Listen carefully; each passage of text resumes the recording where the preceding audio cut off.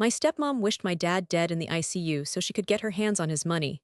Hey Reddit, so I'm Ethan, 32, and I'm about to unleash some crazy family drama. My mom died when I was young, and my dad remarried 7 years ago to Diane, who's, significantly younger. Let's just say I've always had a weird feeling about her. Always thought she was more interested in his wallet than his well-being. I tried to be cool, for my dad's sake. He seemed happy, so I pushed my doubts aside. Big mistake.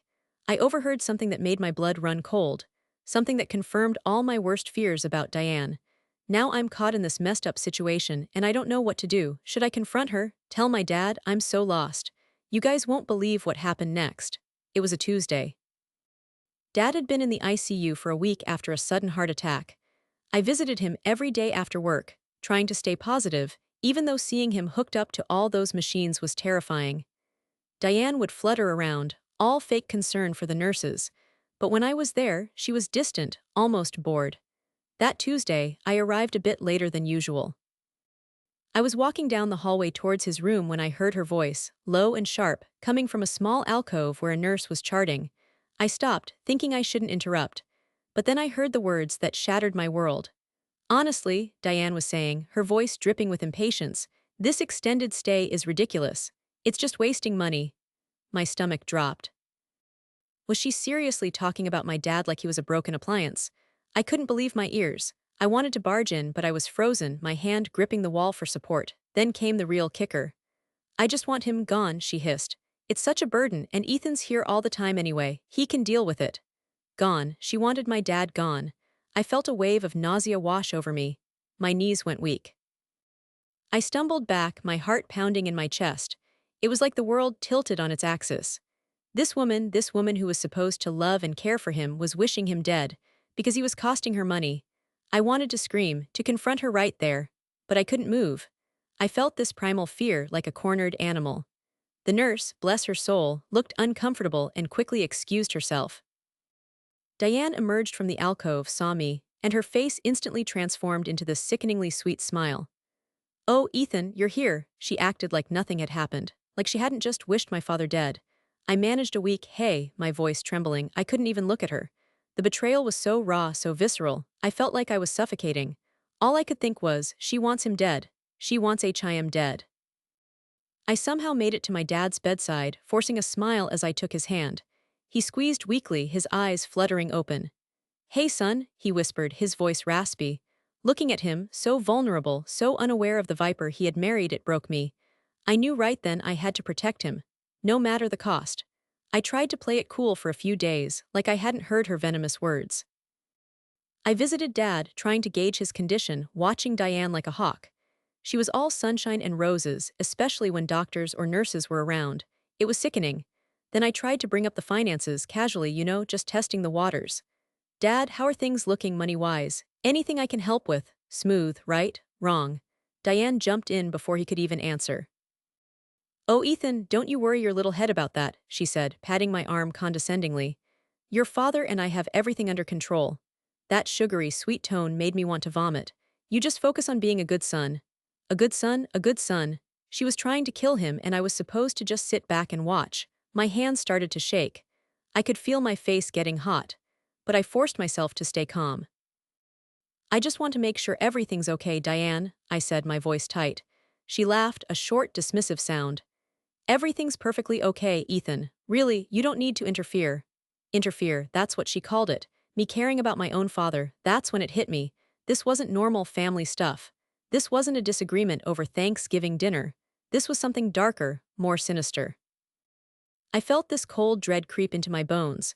I was trapped in a nightmare, watching a predator circle its prey. And the prey was my dad. I excused myself and went to the bathroom just to get away from her. I splashed cold water on my face, staring at my reflection. Who was this person staring back at me? I felt like I was losing my mind. I wanted to scream, to punch something, to just make it stop. But I knew I couldn't lose it. Not yet, I had to be strong for my dad. I took a deep breath, dried my hands, and walked back out. Diane was chatting with the nurse, all smiles and charm. It was like a scene from a horror movie. The mask she wore was so perfect, so convincing. But I knew the monster lurking beneath. And I swore I would expose her. A week later, and things have gone from bad to worse. The subtle tension has escalated into full-blown psychological warfare. Diane's playing the victim, and she's brought in reinforcements. My Aunt Carol and Uncle Steve. Apparently, Diane's been feeding them lies about me, painting me as some greedy, unstable son trying to control my dad and his money. I'm speechless. They cornered me at the hospital yesterday. It was like a scene from a bad soap opera. Aunt Carol, clutching her pearls like I was about to steal them, said, "Ethan, darling, we're so worried about you. Diane says you've been acting erratically, accusing her of terrible things." Erratically? I'm the erratic one. Uncle Steve, never one to miss a chance to kick someone when they're down, chimed in, "You know, your father's in a fragile state. This stress isn't good for him. You need to back off and let Diane take care of things." Let Diane take care of things. Are you kidding me? I wanted to scream. I wanted to tell them what I'd heard, what I knew she was planning. But I bit my tongue. I knew they wouldn't believe me. They've already bought into Diane's narrative. I just shook my head and said, "You don't understand." Which, of course, only fueled their suspicion. "See," Aunt Carol whispered to Steve. "He's being so difficult." I just walked away. I couldn't deal with it. I'm so exhausted, Reddit. I feel like I'm fighting a losing battle. This whole situation is consuming me. I can't sleep. I can barely eat. My work is suffering. I'm snapping at everyone. I feel like I'm losing my mind. And the worst part, I'm starting to doubt myself. Am I overreacting? Am I seeing things that aren't there? Maybe I am being paranoid. Maybe Diane is just trying to help, but then I remember her words. I just want him gone. And I know deep down that I'm not crazy. I know what I heard. And I know I have to do something before it's too late. I have to protect my dad, even if it means going to war with my entire family. I was at my wit's end. I needed to talk to someone, anyone, who wasn't caught up in this twisted family drama. So I called Gabriel, my dad's lawyer, a guy I'd known since I was a kid. He'd always been a straight shooter, someone my dad trusted implicitly. I figured even if he couldn't offer legal advice, maybe he could just listen. I was hesitant at first, stumbling over my words. "Mr. Miller, I don't know what to do. It's about Diane and my dad." I took a deep breath. I overheard her saying some things. Things that make me think she's not what she seems. I explained everything. The overheard conversation in the ICU, her dismissive attitude about the finances, the way she'd iced me out of any decisions about my dad's care. I even told him about Aunt Carol and Uncle Steve, how they'd basically accused me of being crazy. There was a long silence on the other end of the line. Then Gabriel said, his voice grave, "Ethan, I need you to tell me everything again. Slowly, leave nothing out." So I did. I laid it all out, every detail, every suspicion, every fear. And when I was finished, he was quiet for a moment. Then he said something that completely floored me. "Ethan," he said, his voice low, "your father came to me a few months ago. He had concerns about Diane, similar concerns to yours." My heart stopped. What do you mean?" "He updated his will," Gabriel continued, "and his advanced healthcare directive. He made you his medical power of attorney. He also gave you view-only access to his financial accounts. He asked me not to file the updated documents unless it became necessary. Necessary. My dad had seen this coming. He'd anticipated Diane's betrayal. He'd trusted me. A wave of relief, I guess, washed over me. I wasn't crazy. I wasn't imagining things. My dad had felt it too. He didn't want to upset you, Gabriel explained, or cause any unnecessary drama. He hoped he was wrong about Diane. He paused. Clearly, he wasn't. I was speechless. It was like a weight had been lifted off my chest. All the self-doubt, the anxiety, the fear, it started to dissipate. I wasn't alone in this. My dad had my back, even now. He also expressed concerns about financial improprieties, Gabriel added. He wanted to ensure his assets were protected, especially for you, protected. From Diane, I finally understood. My dad hadn't been blinded by love. He'd seen the red flags. He'd just been hoping he was wrong. And he'd taken steps to protect himself and me if his worst fears came true. My voice cracked as I asked, "So, what do I do now?" "We fight," Gabriel said, his voice firm. "We fight for your father, and we expose Diane for who she really is." That conversation changed everything. It was like I'd been wandering in the dark and Gabriel had flipped on the lights. I wasn't crazy. I wasn't alone. And I finally had a plan. I would fight for my dad. And I would win. Holy crap, Reddit, you are not going to believe this. I thought things were bad before, but this is a whole new level of insane.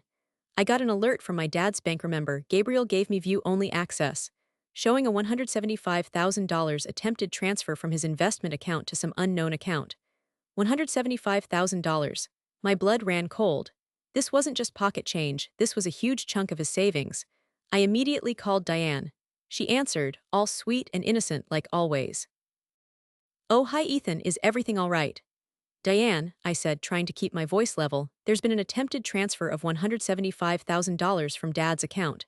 Do you know anything about this?" She feigned complete ignorance. "A transfer? Oh goodness no, there must be some mistake. Maybe it's just for those medical bills. You know how expensive everything is, medical bills. $175,000 for medical bills." I wanted to scream.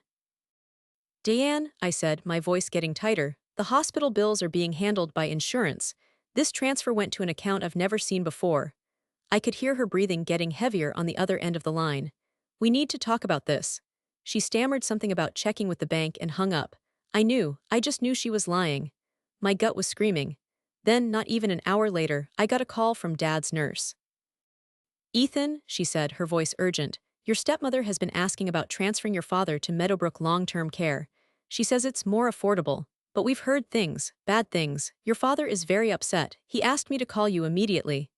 MEADOWBROOK, that place was notorious. A dumping ground for the elderly. It had a reputation for neglect and worse.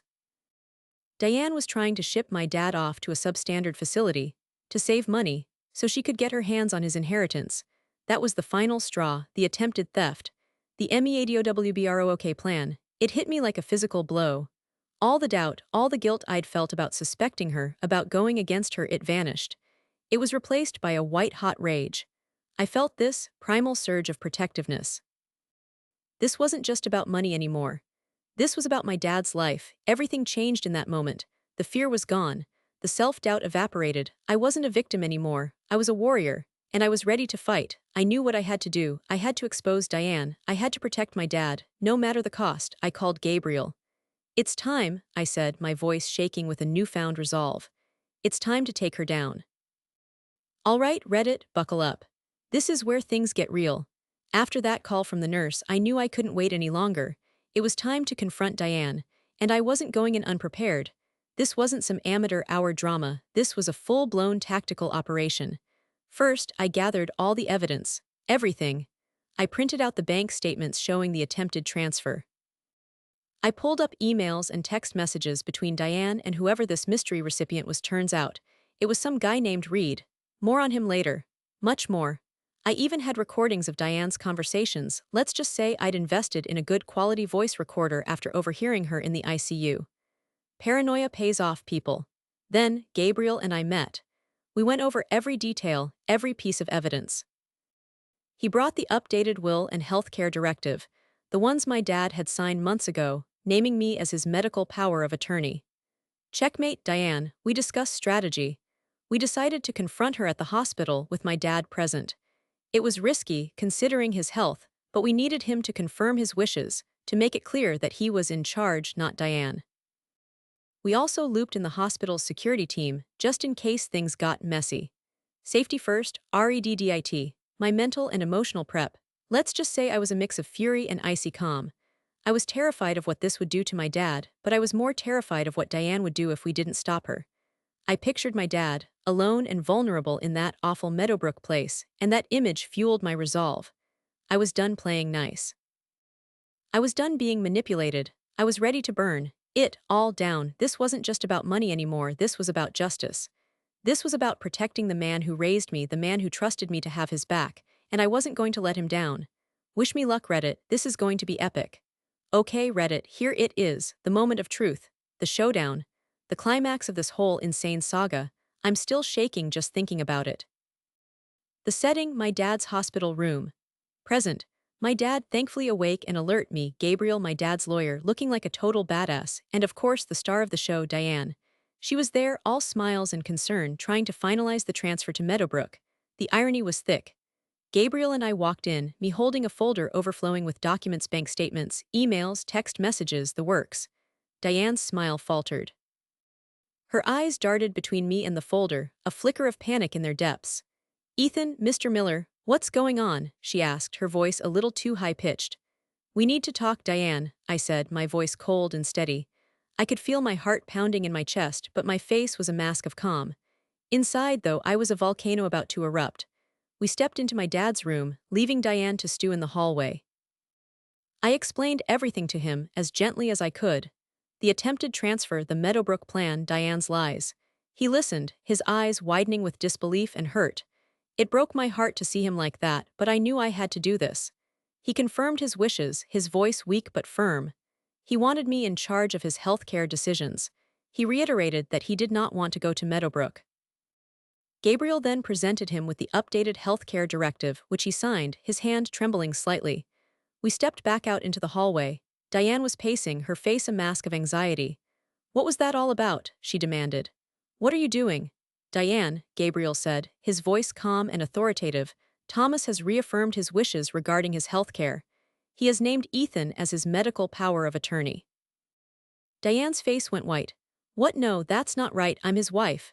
"Actually, Diane," I said, stepping forward, my voice rising, "about that," I held up the folder. "We have some things we need to discuss. Things about a certain Mr. Reed. Things about a certain $175,000 transfer. Things about Meadowbrook." That's when the dam broke. Her composure shattered. She started babbling, denying everything, her voice rising to a shriek.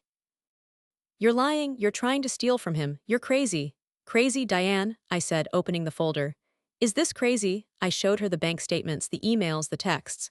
"Or is this crazy?" I played the recordings of her conversations, her own words condemning her. The ones where she wished him gone. The ones where she plotted to get him out of the way. The color drained from her face. She looked like she'd seen a ghost. And then the final blow.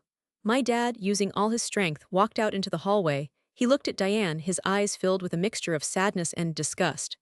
"Diane," he said, his voice surprisingly strong, "I know about Reed. I know about your plans. I know everything." He held out a document. "These are divorce papers. I'm citing adultery and attempted financial exploitation." That was it, the turning point. The look on her face, I'll never forget it, pure, unadulterated panic. She went from blustering denial to hysterical sobbing in a matter of seconds. She started screaming, accusing us of conspiring against her, but it was all just noise. Empty noise. The power had shifted. She knew she'd been caught.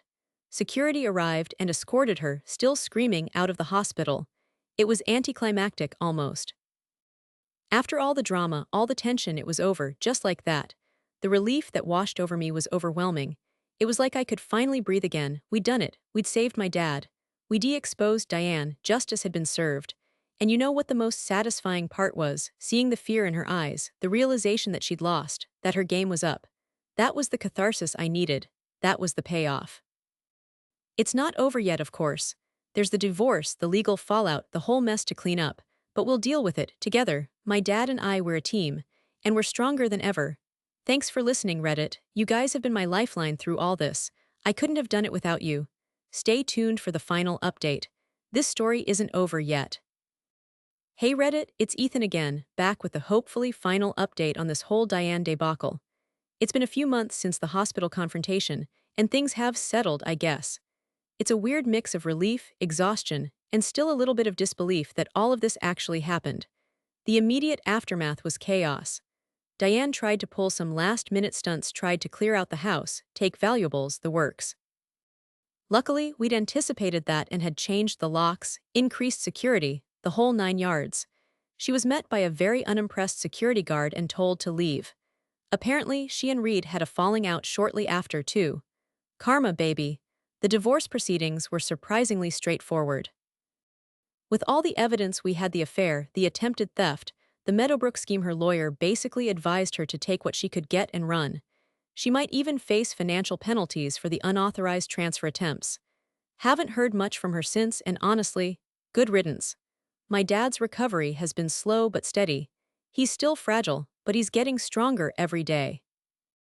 I moved back in with him temporarily, just to help him out, and it's been good.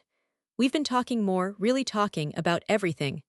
About Mom, about the future, about how much he regrets letting Diane into our lives. It's like we're finally rebuilding our relationship, stronger than before. There were definitely some tough conversations, some tears, some anger, but ultimately, it brought us closer.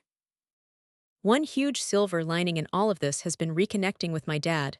He even gave me my mom's engagement ring. Said he wanted me to have it, to remind me that real love exists, even after loss. That there are people who will be there for you, not just on the good days, but on the bad days too. It was a moment. I'm not gonna lie, I cried. A lot. As for the rest of the family, well, let's just say there's been some fallout. Aunt Carol and Uncle Steve, after realizing they'd been completely duped by Diane, kind of disappeared. Haven't heard from them since the confrontation. Part of me is hurt, but honestly, I don't have the energy to deal with their drama right now. Maybe someday we can rebuild those bridges, but right now, I'm focusing on the people who matter. The people who were there for me when things got tough. This whole experience has changed me. I've learned to trust my gut. I've learned that sometimes, the people who seem the sweetest are the ones hiding the darkest secrets.